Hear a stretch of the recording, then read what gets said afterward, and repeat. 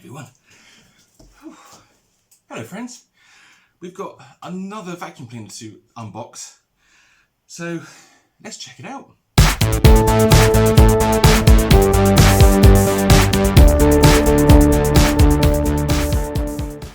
Yeah, this is a big one, isn't it? My goodness, this is a big old box, look at it. It's huge. I'm not going to be able to unbox this one with the box on the table. It's going to have to go on the floor because otherwise I'm never going to actually be able to get out what's inside. And that is pretty useful when you're doing an unboxing video. So I'm going to pop it down on the floor.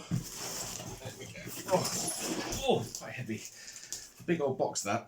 So this one, this cleaner, is actually to replace one that I already have in the collection.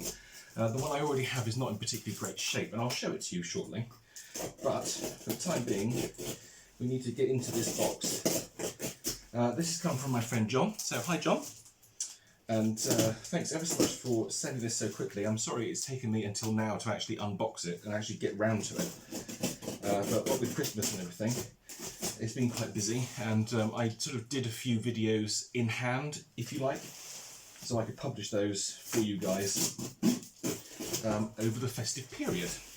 So now, hopefully, I have cut through all the tape and I can get the top of this box off. Nope, doesn't seem that I have. Got to do it on the corner here. There we go. So I hope you guys all had a really nice Christmas and had a really nice festive period and had a nice relaxing time of it. I know I did, it was really nice. My mum came round and stayed over. We're in the social bubble thing because of the lockdown. And yeah, it was really nice, had some really good food. Had far too much to drink. I actually learnt how to make pina coladas, would you believe? I had them on a cruise once when it was my friend Emerson's 40th birthday. You've seen Emerson, he was on the video that Richard was in. We went on a cruise for his 40th and it was amazing, absolutely amazing. 2018 that was. It seems like such a long time ago. But yeah, I've done this completely wrong. I've gone around the side. I should have just gone over the top. I'm an idiot. I'm a complete idiot.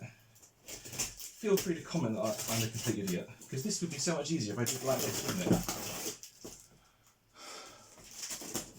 Oh, dear God. Anyway, we're almost into this box. This is truly an unboxing video. But it's all about me just trying to get into the damn box. Oh, look at that. Alright, there we go. Okay, we're in. Oh, God. I need to go and have a rest. Honestly, getting too old for this. Right, bubble wrap, bubble wrap, bubble wrap. I've got so much bubble wrap. I swear to you, I've got more bubble wrap than God. So, anyway, let's play the old guessing game. You need to guess what this cleaner is. So,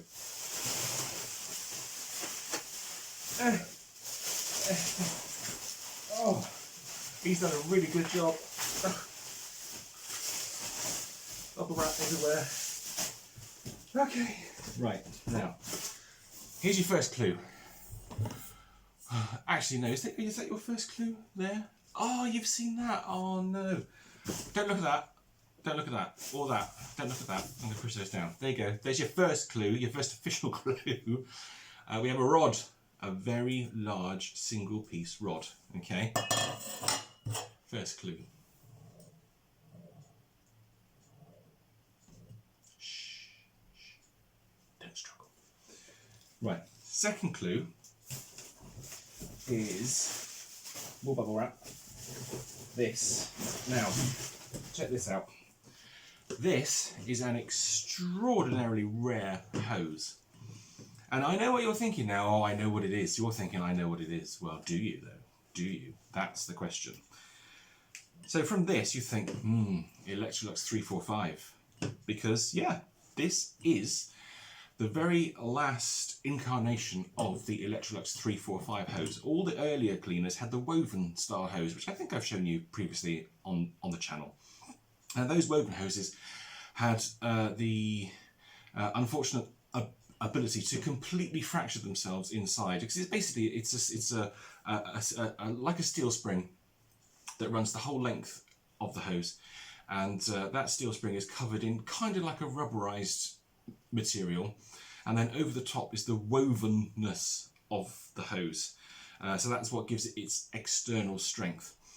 But it's the inside that fractures. The rubberized material becomes brittle over time, and people used to store the cleaners on their end, and that pressure of it is the pressure at this point here. If you imagine the cleaner's on its end, the hose is bent over thusly. This would cause the fracture at this point, and of course the machine being used as well causes the fracture at this point. But this plastic hose is what the very last 345s came with, and I think as well it was the official replacement hose. And this is genuine Electrolux. I can't see any maker's marks on it, but a pattern hose would not have been like this. It would not have had all this fancy rubber hand grip. It would not have had the tool clip on it.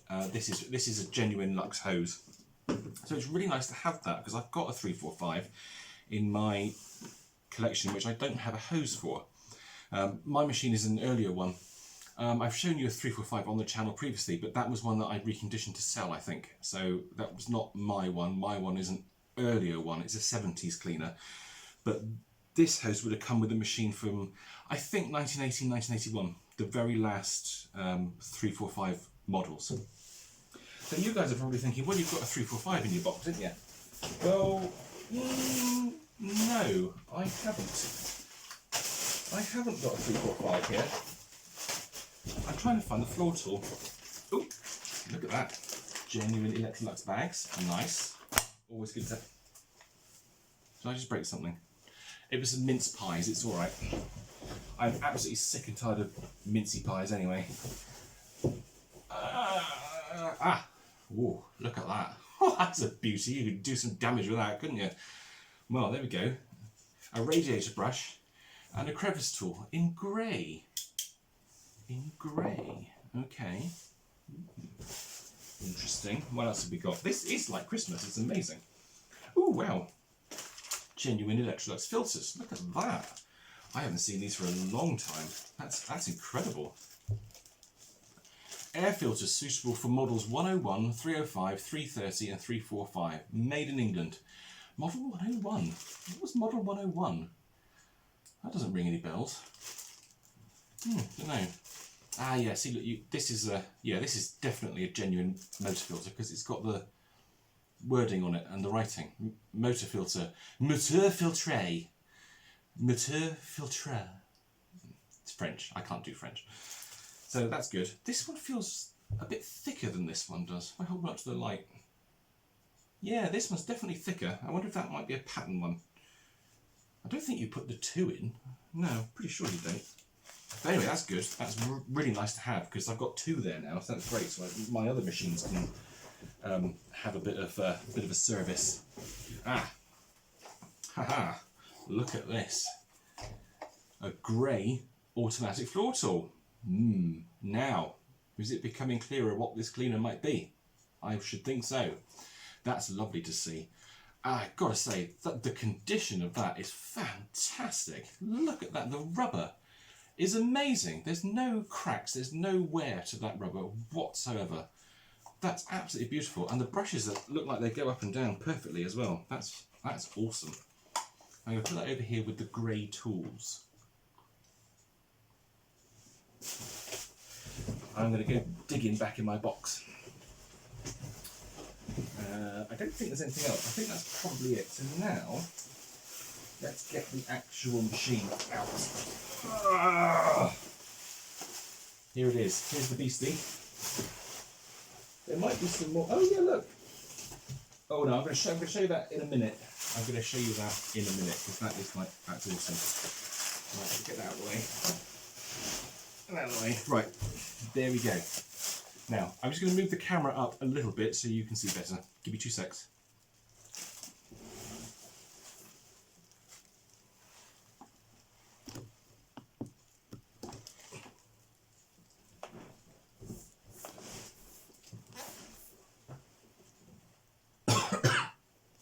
Right, there we go, that's better, you can see better now. So let's slice our way into this, and we'll actually see the machine itself. There it is. Oh yeah. So John posted this on the Facebook group and said he wanted to sell it. And I saw it and I thought, oh yes, that's the one to have. Oh look at that, isn't that clever? And look, he's put a bit of packaging under the handle, because the handles are so delicate they can break really easily. But oh my god, it's actually nicer than I thought it was going to be. Oh wow, god, that's beautiful. That is absolutely beautiful. Hang on, let's dig the plug out. There we go. Ooh, nice vintage plug as well, unsleeved, that's good. Unsheathed pins, ooh, always a bonus. Wow, so there we go. So what we've got is an Electrolux 330. So hence the grey tools, which is lovely. So we've got pretty much the full toolkit. I don't think there's the multi-purpose there. That's the international symbol for the multi-purpose tool. That, honestly, you'd think I've been drinking.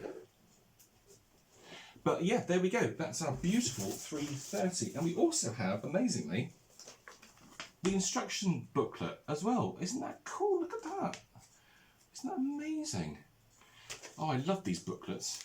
So yeah, we've got pretty much everything here. We've got the cleaner. Yeah, there you go. We've got the cleaner. We've got the crevice tool. We've got the radiator brush, which is incredibly rare. I cannot, honestly, I swear to God, guys, I cannot remember the last time I saw a genuine Electrolux radiator brush for a 330 or a 345. And there's the multi-purpose tool, the AP tool, that we don't have, sadly. But we do have an amazing selection of goods here. This is awesome. I'm just going to go in for one more box dive, see if there's anything else. I don't think there is.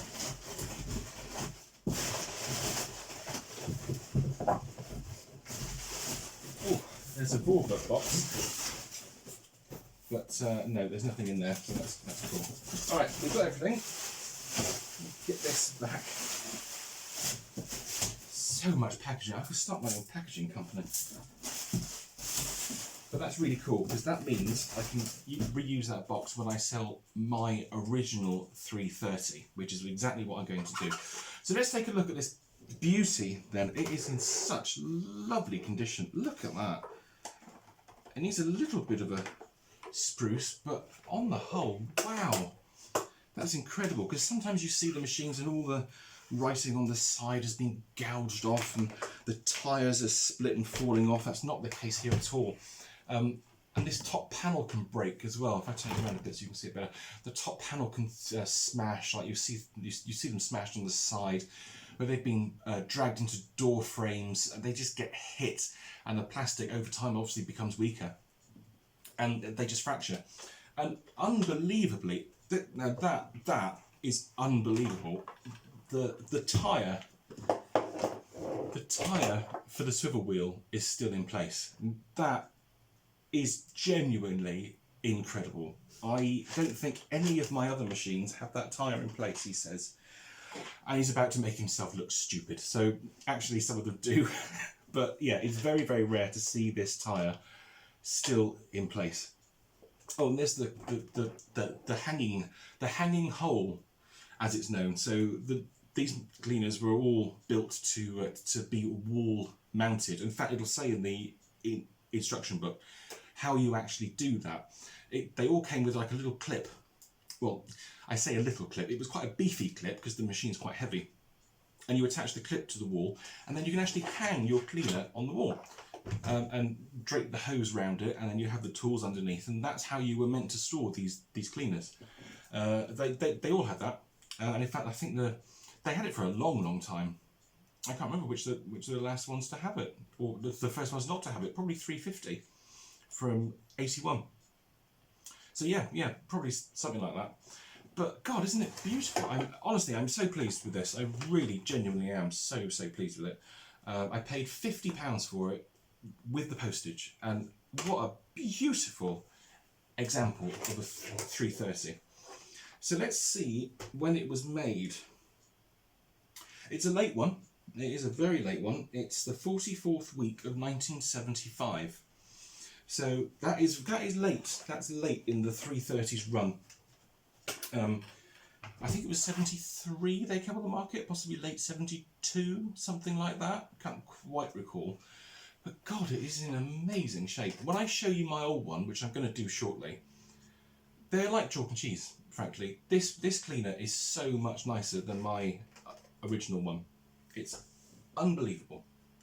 In fact, let's do that now. Let's do a little comparison, because I'm curious to see what year my one is. So this is the 330 that I've had in the collection for quite some time, and it is in a bit of a mess. It's not the prettiest cleaner in the world, I will say. It's kind of been thrown in a garage. Well, no, it was thrown in the garage. Having said that, now I look at it closely, and just get rid of the cat hair because it's been up on the landing. It's not too bad. The tyres are nice.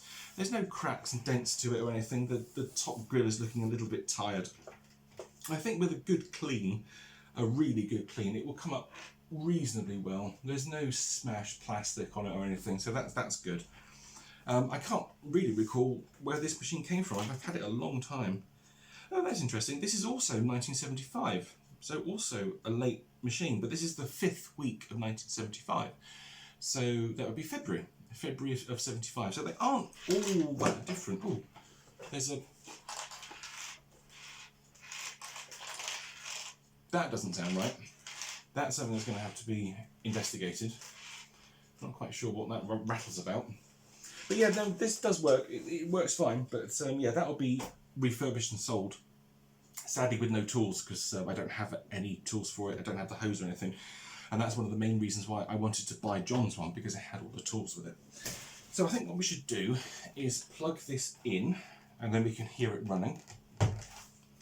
So let's just pop it down like so. I just want to be really careful with it, because it's such a nice example of a 330. So let's just grab some flex out. Well, that'd be interesting as well. There's not much wear. No, if you look around this wheel here, there's not a great deal of wear on it, which is very telling. So I think this has been looked after and probably hasn't had a huge amount of use. They tend to survive if they haven't been used. So there we go. That's doing exactly what it should do. So we have the check bag indicator illuminated.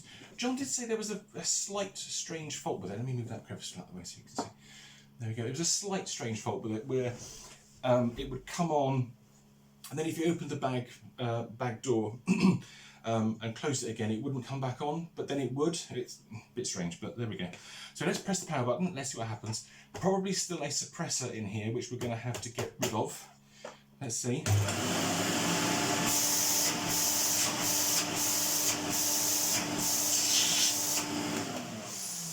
Okay, we've got quite a lot of air leaking there, which you can probably hear, and I think this is probably because, oh yes, that's quite interesting. John did say he had attempted to HEPA flow this 330, and he has done, bless his heart. He's had a genuine Electrolux bag there, and he's cut that open and then put, I think it's a SIBO bag, a SIBO HEPA flow bag in there.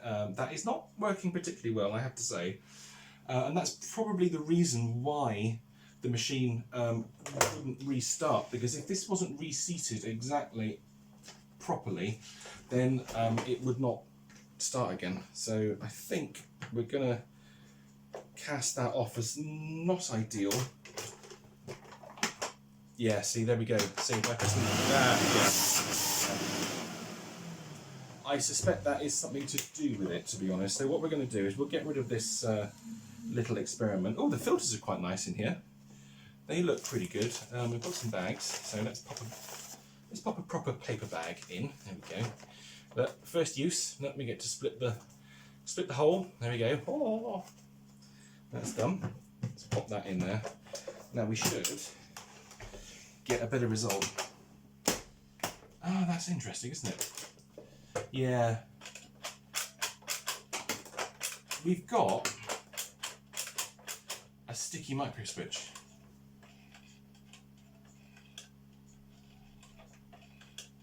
I'm just listening.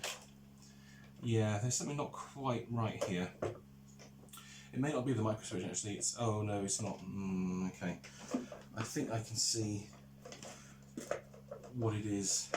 So, just to explain this to you, the machine has a safety mechanism which is built into the front face of the cleaner. Now you can probably see it like that without the light shining on it. There's a little peg here. You see this little peg? So this little peg pushes on the front of the cardboard of the bag. So when the bag is in place, obviously the cardboard is solid, and that pushes this peg down when the face is closed. This is on an arm, and it runs to a little point up here. If you can see that, you may be able to. There's a little point here, which pushes on this little metal rod. Now this little metal rod here runs all the way down to the back of the cleaner to a micro switch, and the micro switch is just here on the rear motor mounting plate. So what's meant to happen is when you close the bag door with the bag in place, the bag pushes on this spindle which closes this little piece of plastic at the top. That then pushes on the micro switch arm, which goes all the way down, and then it releases the micro switch. And that allows the cleaner to start. So if you don't have a bag in, the cleaner won't start. Clever idea, clever idea. And there's lots of stories about this all going wrong because it's quite complicated in the front of the cleaner. All this stuff to sense when the bag's fitted, when the bag is full, when there's a pressure drop, it releases that mechanism. The arm swings back, it presses onto the micro switch turns off, and it stops the cleaner. But it was never the most reliable thing, and you can see now it stopped. And now it's